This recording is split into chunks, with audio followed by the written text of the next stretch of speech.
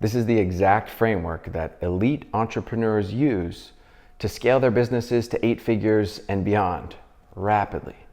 By the end of this video, you're going to understand how to become the most optimal leader, how to create a team, and how to put systems and structures into place within the business so that you can scale to 8 figures and beyond. As you're building and scaling a business, you're going to need different metrics, you're going to need different systems, and you're going to need different team members in order to get to the next revenue threshold. And I'm going to go through each of these things today. I'm going to walk through the exact systems, structures, and mindset that I use as a leader to take Healthgains, a functional medicine company, from 4 million to 12 million in annualized revenue in a year and a half.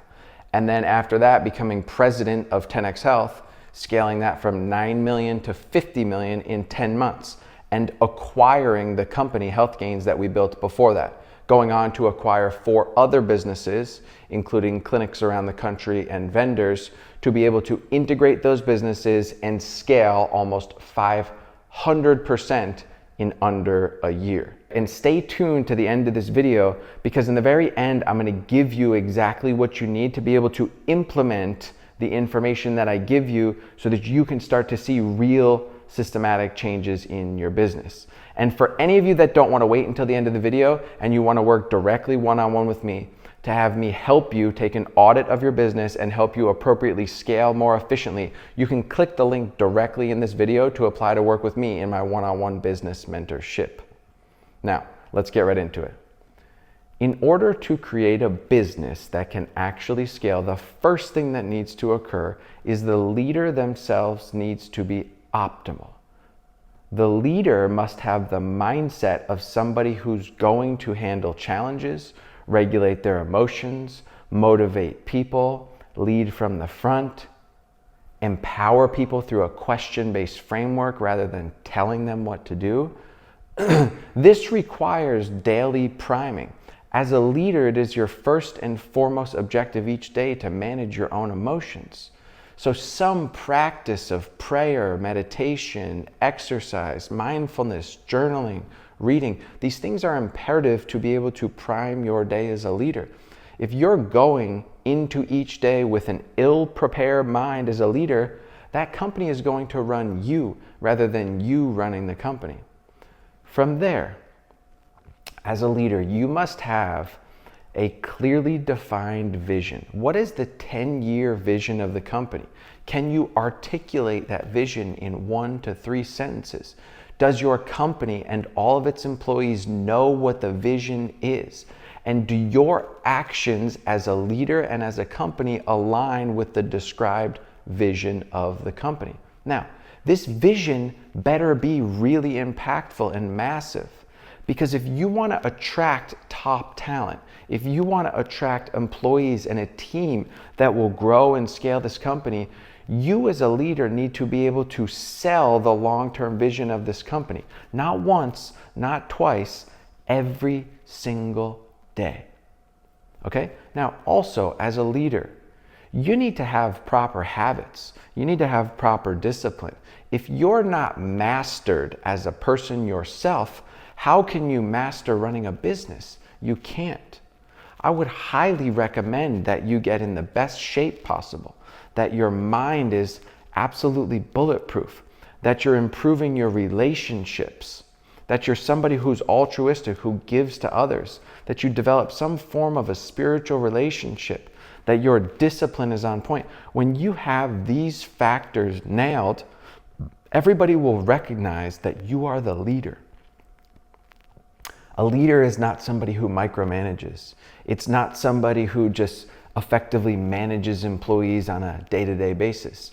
A leader is someone who is capable of empowering others, of leading other people to become better, to become greater, to grow the business, right? That's a real leader. This is going to take time and effort in order to be a leader. And you have to be selfless as a leader, consistently accepting responsibility when things go wrong, even if they weren't your fault, even if they were out of your control. It's more important that your employees see that you as a leader are able to handle problems by taking responsibility for the action of the business of what occurs, and by regulating your own emotions and maintaining a frequency that can consistently motivate and stay positive through all the difficult challenges. Business itself is a set of challenges, and in order to grow, you will experience problems. So as a leader, you must be able to handle those problems and adequately reduce your emotional state, maintaining solid equanimity, and then directing and helping your employees so that day by day you solve problems and scale. Okay? That's how you get optimized as a leader. This is exactly what I teach in my program. The first thing that I focus on is how can we make you an optimal leader? Because let me tell you, there have been times when I was scaling companies in which I let up on my daily habits.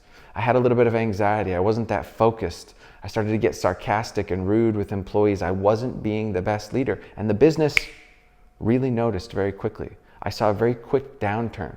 The culture became negative. And as soon as I got back on my horse and said, hey, I'm going to be that leader that no matter what gets through this, culture started going back up again. And that brings me to the next segment. Number 2 is building a team. So when you as a leader are capable of attracting top talent because you're a leader, you have a great vision, you can motivate people properly, and you can sell people into the belief, the long-term vision of the company, now you can start to attract top talent. The question is, who do we hire next? What position do we hire? When do we hire them? How do we hire them? What do we look for? Building a team is the most difficult thing that you can do because we want to make sure that the people that we bring on are culturally and morally aligned with our value and our vision. Just because somebody has good experience or good intellect doesn't make them a good fit for our team.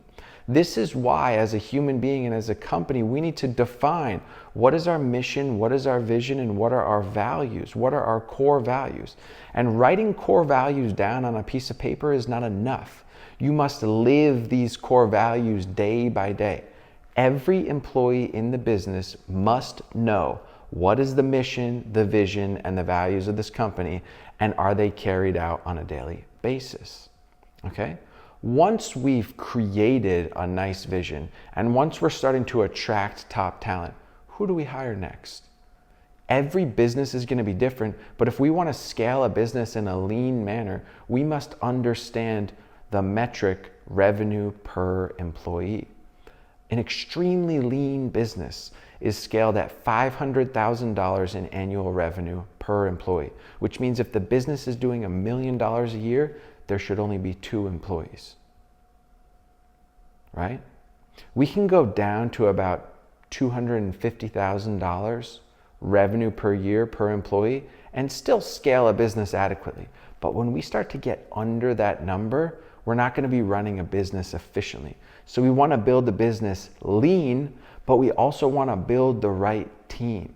So you have to understand, based upon your skill set, your role and responsibility as a leader, what position is next. If you're focused on front of house, on sales and marketing, then you're going to have to find the next person, your partner, to be someone who's awesome at the back of house, operations, right? And vice versa.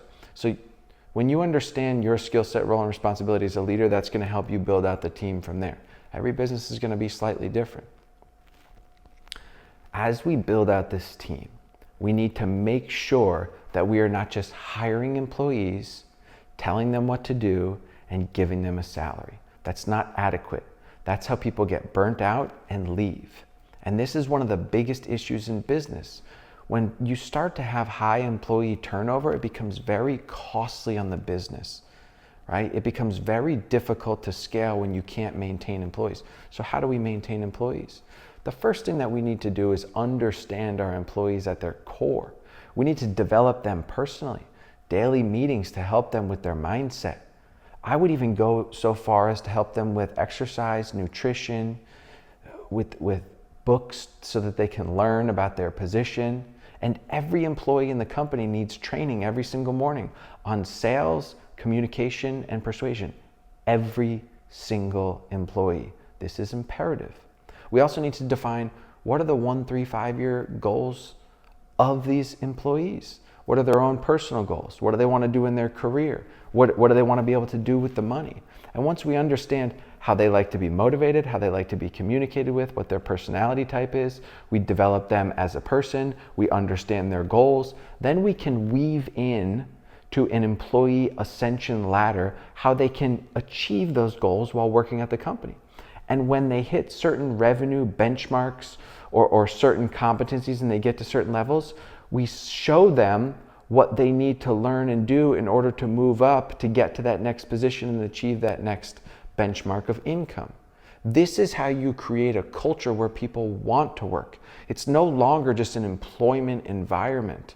This is a place where they are excited to go, to grow, and to learn as a person and as a professional. When you give someone this framework and you change their life, they're going to stay with you. Guys, when I was at Health Gains, the company before 10X, we scaled from 27 employees to 25 employees to 47 employees. 0 turnover in a year. Then at 10X, we went from 65 employees to 300 employees in 10 months. 0 turnover, nobody left. Why? We use these exact systems and frameworks. The next thing that's imperative when building a team is to make sure that every single employee has an incentive metric. Something that is within their control that they can carry out on a monthly basis that will add 10 to 15% of their total base salary to their monthly package. This is things that are within their control. Like salespeople, of course, have a commissionable percentage that they make, but anybody else with a salary needs to have an incentive percentage, right? An incentive comp. That'll make them want to come into work. It'll make them excited each day. And when you give them these things that they need to do to be able to hit their incentive metrics, you need to also give them a framework to help them achieve these things. For example, if I tell the front office coordinator, listen, you need to get 3 referrals, 3 testimonials, and 2 Google reviews each month, I need to give her a script and a framework, and I need to teach her each and every day how to communicate effectively with the clients. I need to be the leader that builds the team. And building a team is not just hiring employees, giving them a system, and saying, go on with it. That's why most businesses fail. The third thing in building a team is this. You need to understand how to onboard an employee, and most people have no idea. They just give them some videos and some SOPs and say, have at it. That's not how you do it. They have to go through a process in which they learn about the business and their framework and their position themselves through reading, through videos, through training, through quizzes. And that's like 10%, okay? That's what most people do and they stop at. The next step is they need to actively utilize this information and start to practice and start to speak it aloud and start to interact and start to practice and do role play. And then they need to teach to their manager what they learned. And when they can actually speak and demonstrate the duties and the core competencies that they're going to carry out in their job on a daily basis to their manager, then it becomes an active working part of their brain. You have to understand, y'all, even if someone isn't proficient in the knowledge they are learning yet, if you can work with them to articulate that knowledge, it now becomes a part of their brain that they can actually utilize on a daily basis. That's how we build a team, right? And now, as we get into this third part of building systems and structures within a business, you must understand this is what makes a business sellable. Most business owners keep all of this information in their heads without properly documenting and creating systems and structures. Everyone relies upon the business owner, constantly going to them saying, hey, help me with this, help me with that. And the business owner says, yep, and they help, and they help, and they help. And eventually they get burnt out. The system isn't scalable. You haven't created a business in which the business owner themselves can move out of the business and then sell the entity. A business is not sellable if it requires the owner's active operating involvement. Let me say that again. A business is not sellable if it requires the active operating involvement of the owner. So the owner must create systems, structures, and a team and an environment that can scale and operate without the business owner being present all the time. This is how you create real enterprise value. Guys, for any of you that want to scale your business, become a more effective leader, build a team, put systems and structure, scale revenue massively and breakthrough, click the link in this video and apply to work with me directly in my one-on-one program. Now, the third step, the third portion of this framework is putting systems and structure into the business. You must have a daily all teams meeting. The business owner or the director or the CEO must every single day, whether in person or on Zoom, have the entire team on a call for 10-15 minutes and review daily wins, where you're at in revenue overall as a company. You must be transparent with the team. You must talk to them about new initiatives. You must motivate them, right? This is the time to get everybody on the same page, and without it, it's going to be hard to really create a business that scales, okay? Employees need to meet with their manager every single week, and there needs to be a checklist, a running checklist of items that have been discussed. And when an employee brings problems to their manager, they must bring those problems with a prospective solution, what they think the solution should be. And it's the manager's responsibility not just to give answers, but to empower employees to think ahead. What would you do if you were me? What would you do? What do you think you should do in this situation? What do you think a potential outcome or solution is? We want to empower and create a team environment. Now, with these systems and structures, we need to create alignment between sales, marketing, operations. There must be a flywheel methodology within the business, because when the buyer journey has breaks in it and they go from the marketing message to a different messaging in sales, to a different product or service that's delivered in operations, we have an issue.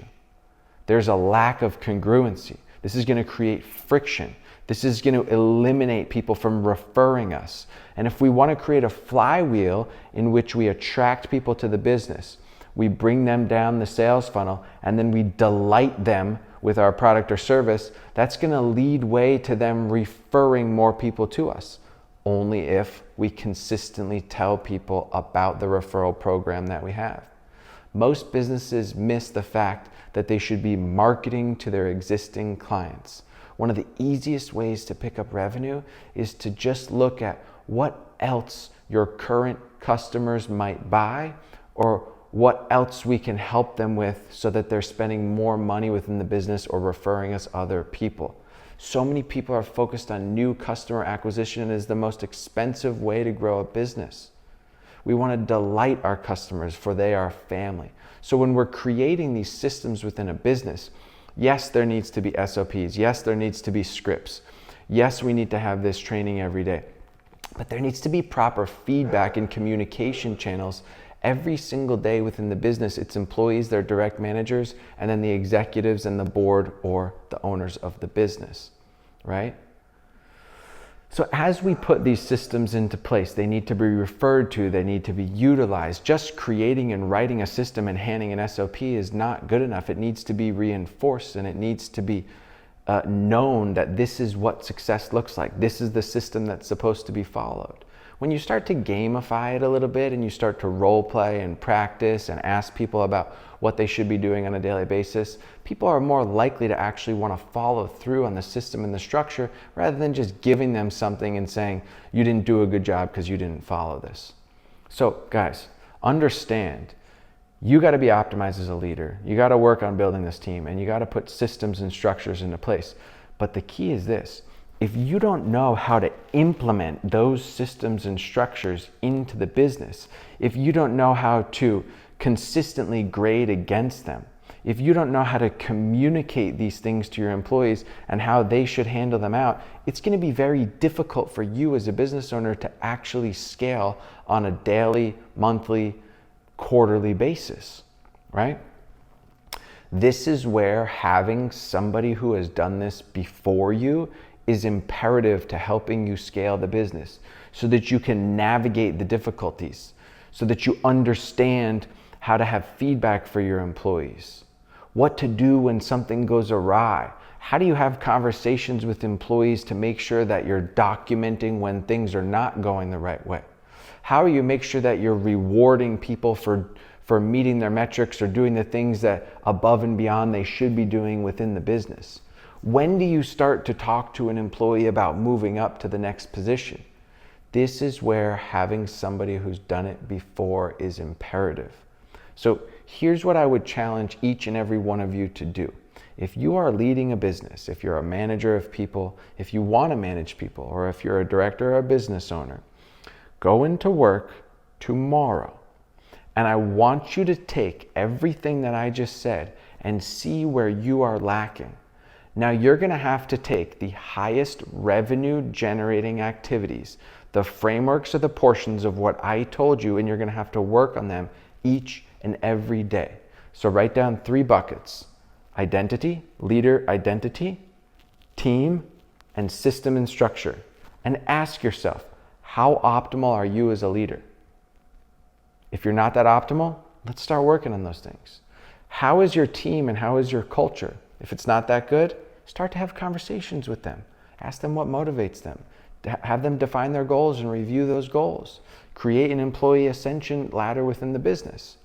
And then if you don't know what systems and structures to use, the easiest place you can start would be to go to the EOS framework. EOSworldwide.com, a book called Traction, is one of the easiest ways to see a framework on how to have meetings, how to create mission, vision, values.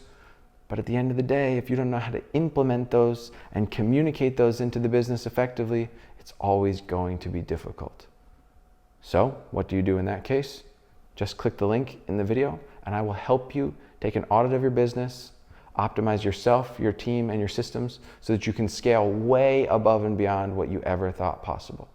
Hopefully this was helpful. Write in the comments what you guys want to see next. I love you all. Let's keep getting better.